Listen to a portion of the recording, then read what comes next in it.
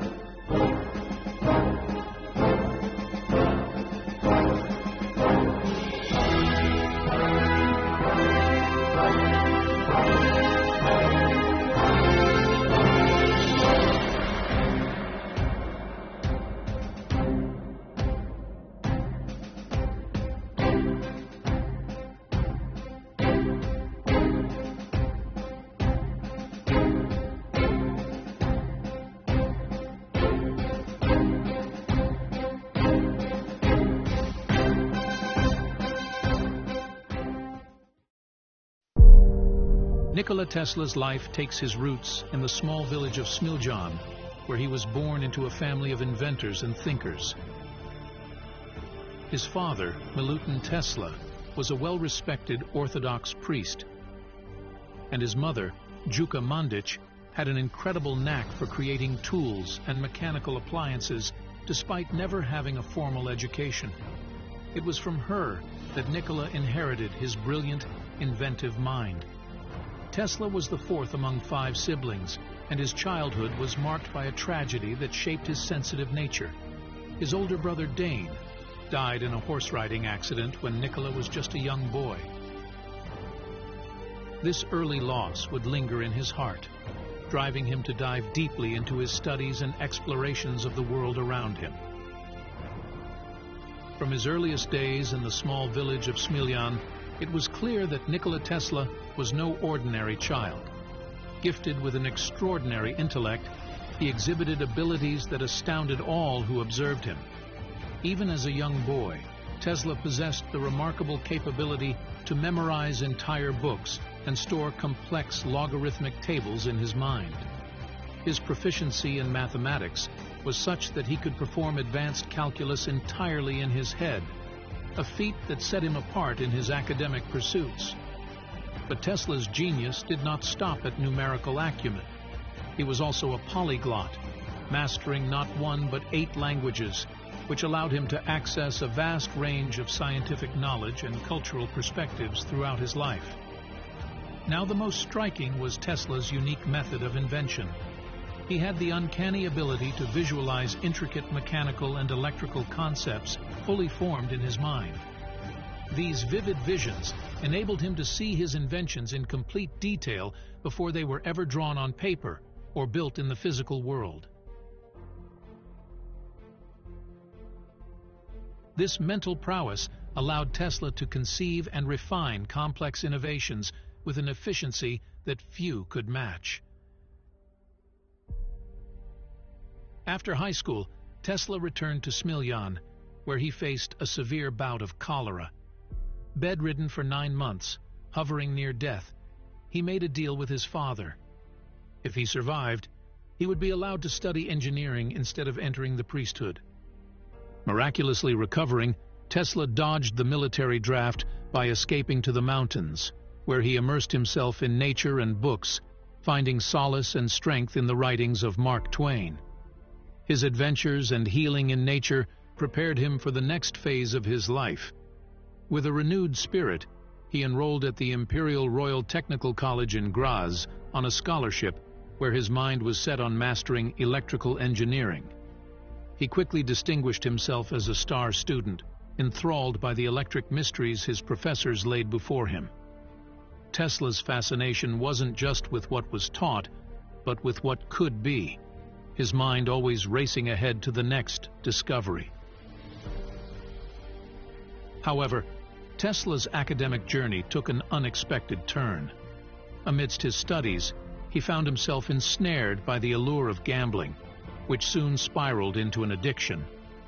This compulsion overshadowed his studies and led to his withdrawal from the institute without completing his degree. Despite this setback, Tesla's thirst for knowledge remained unquenched. He continued to educate himself, exploring the realms of electricity and mechanics on his own terms. Dropping out did not diminish his drive, rather, it redirected it. Free from the constraints of formal education, Tesla ventured into experiments and theories that would have been out of reach within the walls of a classroom. This unconventional path, carved by a blend of circumstance and choice, was the one that led him to become one of the greatest inventors of his time.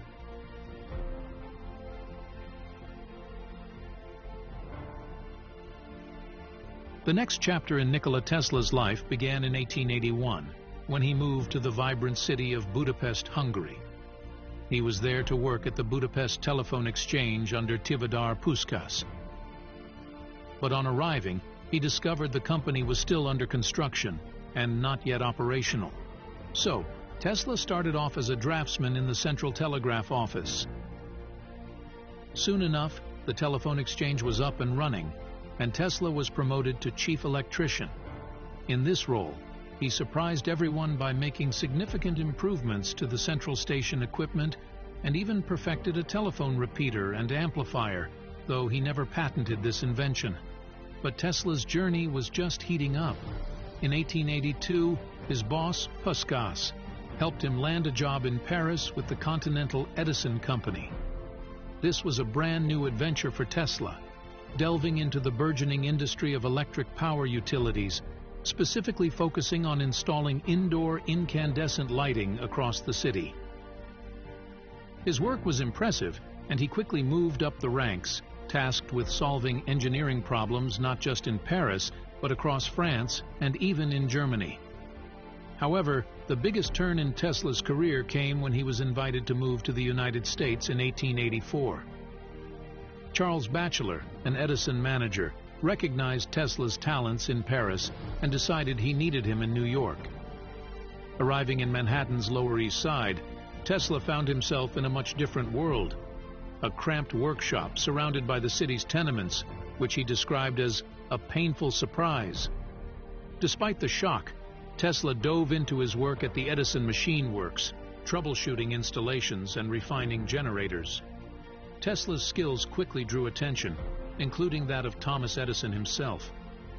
After a particularly challenging night where Tesla repaired the damaged dynamos aboard the SS Oregon, Edison remarked, recognizing Tesla's dedication and talent, "This is a damned good man." Despite such high praise, not everything was smooth. Tesla was tasked with developing a street lighting system based on arc lamps, a project that ultimately never came to fruition due to technological and business constraints. Tesla's tenure at Edison Machine Works was short-lived, lasting only 6 months. Edison, whose business was built on the direct current DC system, was a towering figure in the American electrical landscape. Tesla, with his fresh ideas and alternative approach using alternating current, AC, soon found himself at odds with Edison's established views. Edison's commitment to DC power was unshakable, despite its limitations in efficiency and range. Tesla, on the other hand, saw the future in AC technology, which could transmit electricity over long distances more effectively and power larger projects. This fundamental difference in vision sowed the seeds of conflict between the two brilliant minds.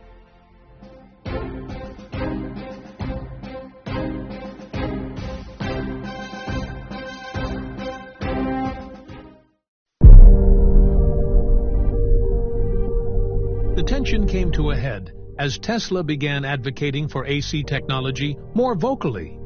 Edison, feeling threatened by the potential shift in industry standards, engaged in a fierce campaign to discredit AC, staging dramatic and sometimes cruel demonstrations to highlight its dangers.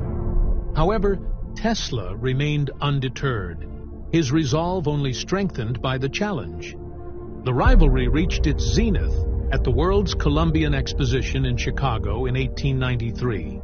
Tesla, in partnership with George Westinghouse, showcased the superiority of AC by illuminating the entire fair with more light bulbs than were present in the entire city of Chicago at the time. The fair was a resounding success, attended by 27 million people who witnessed firsthand the potential of AC to transform the future of electricity.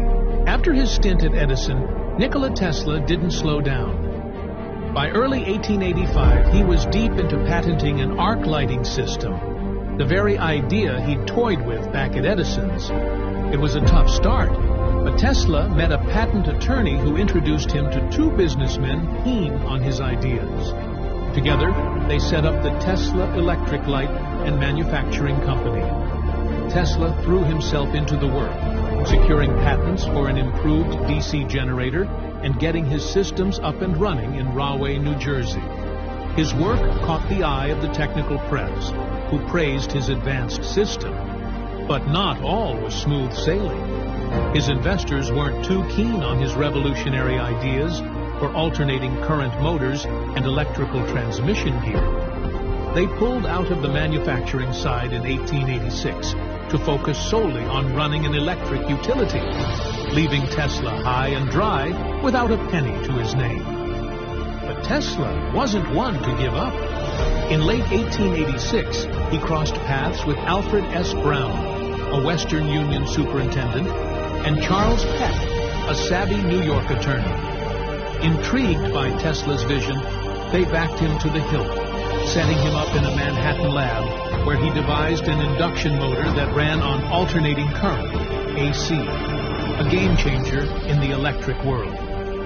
This AC system could efficiently transmit electricity over long distances. And by 1887, Tesla had patented this groundbreaking motor. It was a motor that didn't need the constant maintenance of earlier designs, making it revolutionary. Brown and Peck were not just backers, but promoters too.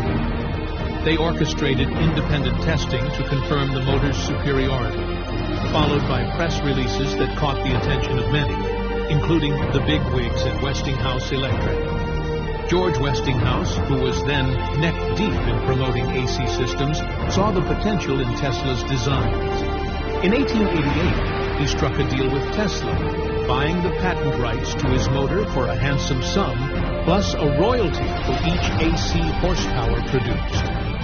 Tesla even joined Westinghouse as a consultant, diving into the creation of an AC system to power Pittsburgh's streetcars. Though there were challenges, including conflicts with other engineers and the technical limitations of the time, Tesla's work laid the foundations for modern electric power systems. It was during this period that Tesla's genius began to be fully realized, setting the stage for his later inventions that would transform the 20th century. This early period of struggle and breakthrough shaped not just Tesla's career, but the very fabric of modern technology. After his groundbreaking work with Westinghouse, Nikola Tesla's ambitions soared even higher. In 1891, a pivotal year for him, he became a naturalized citizen of the United States, marking his formal commitment to the country where he would leave a profound legacy. That same year, he achieved another milestone by patenting the Tesla coil, a device that would come to define his career and change the future of electrical engineering. With his new citizenship and the Tesla coil patent in hand, Tesla was poised for his next big venture, wireless lighting. He had always been fascinated by the potential of transmitting power without wires. Using the high alternating currents generated by his Tesla coil, Tesla experimented relentlessly. He envisioned a world where power would flow through the air, making electricity universally accessible. Tesla's efforts culminated in a series of public demonstrations that dazzled onlookers. At Columbia College in 1891, he lit up Geissler tubes, similar to modern neon tubes, holding them in his hands across a stage, glowing eerily in the dim lecture hall, a testament to the potential of wireless energy. Despite his successes, the road was bumpy. Throughout the 1890s, Tesla's attempts to turn his wireless lighting system into a viable commercial product met with little financial success. Investors were skeptical, and none of his ventures in this area succeeded commercially. But Tesla was undeterred, fueled by the belief that his system could one day send intelligible signals, or perhaps even power, across any distance without wires.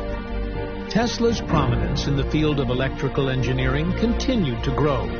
From 1892 to 1894, he served as a vice president of the American Institute of Electrical Engineers, an early sign of his rising stature in the scientific community. One of the most striking examples of his intense commitment came during a particularly challenging project. Tesla once worked continuously for 84 hours without any rest. This marathon session wasn't an anomaly, but rather a testament to his relentless pursuit of innovation. During these extended hours of labor, Tesla would be consumed by his experiments, often forgetting meals and ignoring the passage of time altogether. In the midst of his towering achievements, and as his fame began to crest, Nikola Tesla made a personal choice that would define the rest of his life. He decided to remain unmarried, believing that personal relationships might complicate his scientific pursuits. Tesla viewed his commitment to invention as all-consuming, requiring not just the full measure of his mental faculties, but also an emotional dedication that left little room for a family. Tesla often expressed that his inventive process demanded great solitude and was incompatible with the ordinary pleasures and demands of married life. He felt that splitting his energies between a family and his work could dilute his focus and reduce the intensity of his scientific contribution.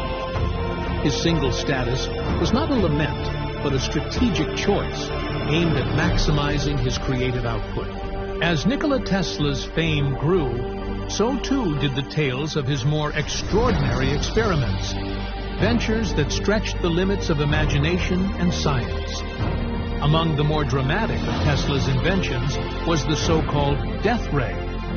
This weapon, he claimed, could annihilate enemy armies and bring down fleets of airplanes from a significant distance, up to 200 miles. Tesla envisioned this as a tool of war that could enforce peace, a paradoxical idea that captured the imagination of both military leaders and the public. Further pushing the boundaries of what was considered possible, Tesla claimed to have developed a motor powered by cosmic rays that could run for 500 years, and a machine that could photograph thoughts. These ideas contributed to his image as a mad scientist, a label that haunted him as much as it intrigued the world. Despite promising to demonstrate these inventions, Tesla never managed to present tangible proof or functional prototypes to the public or his peers. Another ambitious idea was a device that was capable of catching waves from other planets. This device purportedly allowed Tesla to listen to potential communications from extraterrestrial beings. He himself fueled these speculations by suggesting that he had indeed received signals that were not from Earth. This element of Tesla's work adds an intriguing layer to his legend, painting him as a figure not just at the forefront of electrical innovation, but also as a pioneer on the fringes of the scientifically unknown. It posed questions about the limits of science and the possibilities of the universe that were daring for his time, and continue to ignite imaginations today.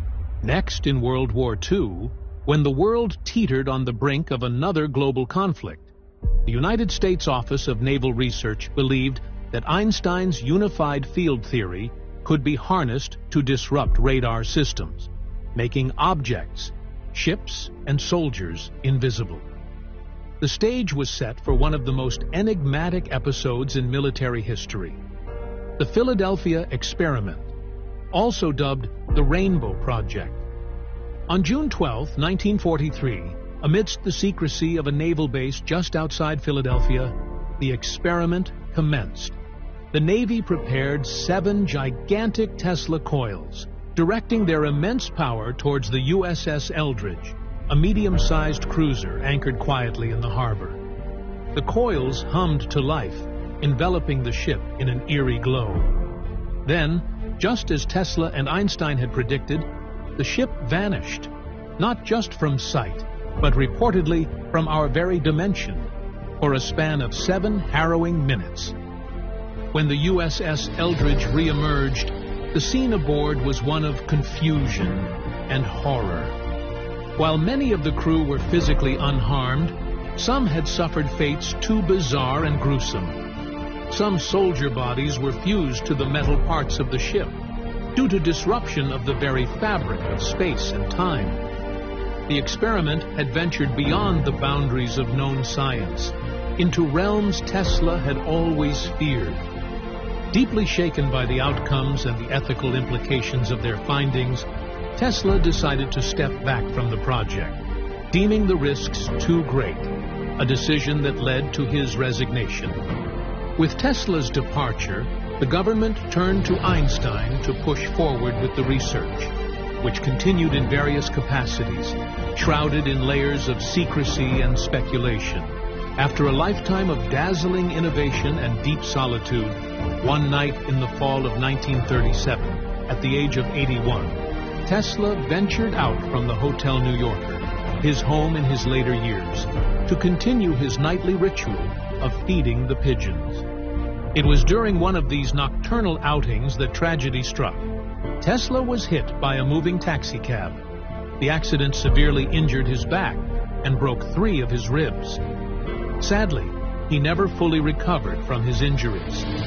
Tesla's journey came to its final stop on January 7, 1943, in room 3327 of the Hotel New Yorker. Alone, with a "Do Not Disturb" sign on his door, Tesla passed away at the age of 86. The official cause was coronary thrombosis, a heart attack. His body was discovered 2 days later by a maid who, concerned by the uncharacteristic silence from his room, decided to enter despite the sign. In honor of Tesla, a state funeral was held at the Cathedral of St. John the Divine in Manhattan. On January 12, 1943, thousands gathered to pay their respects to a man whose genius had electrified the world. New York City's Mayor Fiorello LaGuardia and the Slovene-American author Louis Adamic delivered a moving eulogy over the radio, accompanied by the mournful tunes of Ave Maria and Tamo Daleko. Following the service, Tesla's body was cremated and his ashes placed in a golden urn, shaped like his favorite geometric figure, a sphere. Today, that urn resides in the Nikola Tesla Museum in Belgrade, a lasting tribute to a man whose ideas were as immense as his solitude.